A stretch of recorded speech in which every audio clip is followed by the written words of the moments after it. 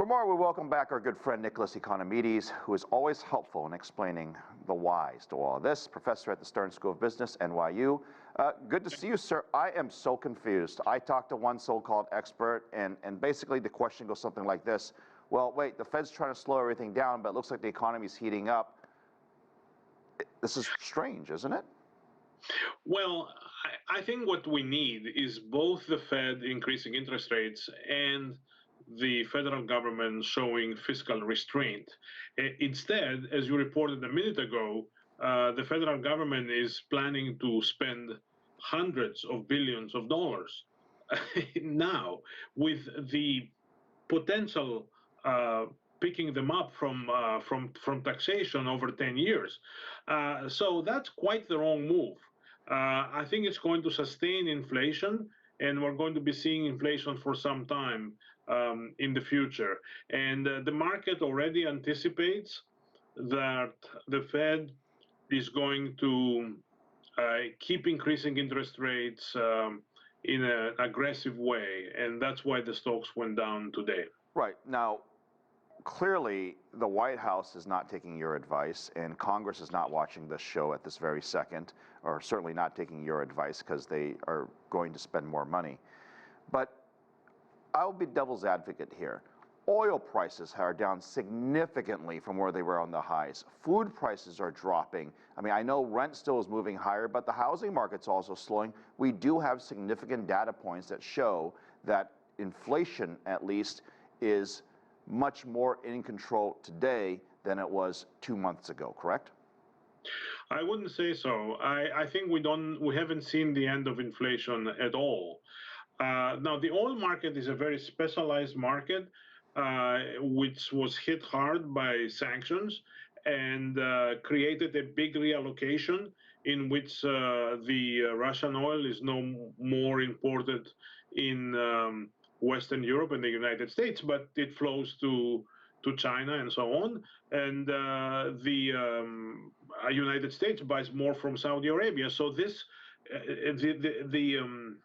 the sanctions created a significant disruption in the oil market, which is going away. So that's kind of one market that is doing better for the average consumer in the United States. But there are many other markets, and which are driven by demand-driven inflation, in which people have too much money in their pockets and they go and bid the prices up. And that's not going to change. It's not going to get eliminated, especially given the good unemployment report that we saw today. So this push from the demand side is going to remain. And we don't see any significant effort from the administration to increase supply. So with kind of supply kind of stuck and demand increasing, we will keep seeing inflation for some time.